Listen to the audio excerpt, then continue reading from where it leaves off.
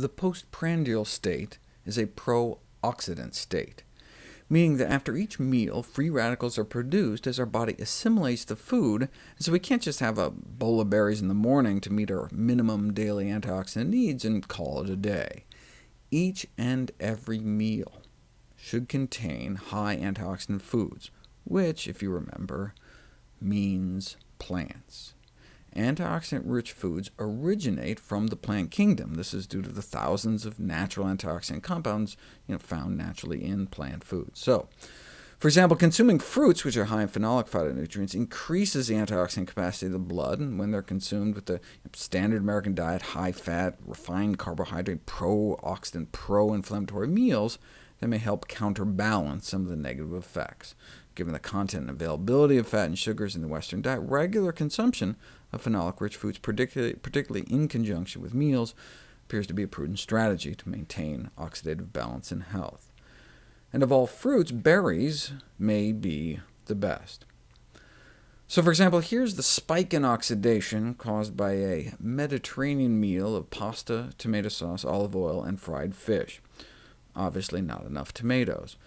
Add a glass of red wine, which contains berry phytonutrients from grapes, and we can bring down the level of oxidation, but not blunt it completely. So the meal needs even more plants.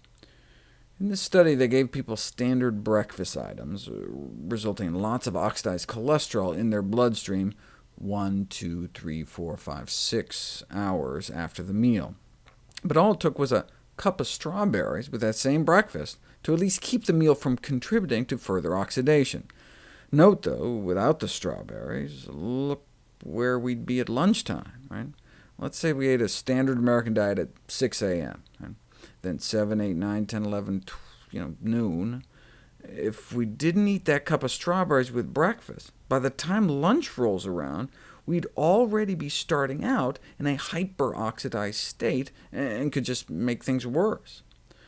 Since Western eating patterns include eating multiple meals a day, including snacks, one can only speculate on the level of biological unrest. But at least if we had some berries for breakfast, we'd be starting out at baseline for lunch. This acute protection is likely due to the antioxidant effects of the strawberry phytonutrients.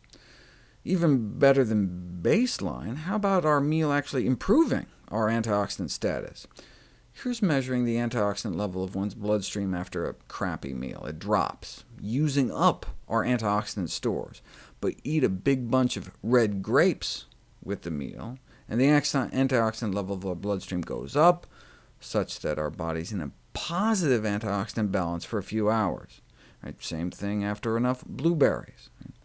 And imagine if these ensuing hours between our next meal, right, we were sipping green tea or hibiscus, right, we'd have this nice antioxidant surplus all day long.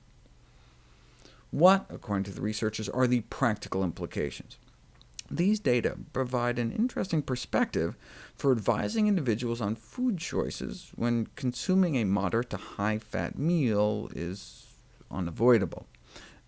Unavoidable? So if we're locked in a fast food joint or something, well, then they suggest chasing whatever we're forced to eat with some berries. Right? It reminds me of those studies on smokers I talked about, suggesting those who smoke should eat lots of kale and broccoli to reduce the oxidative damage to their DNA, or they could just not smoke. In a single day, the systemic stress of all that fat in our blood and redox imbalance, being in a mild pro-oxidant state after meals, may seem trivial. Over time, however, these daily insults can lead to complicated atherosclerosis, contributing to hundreds of thousands of deaths a year.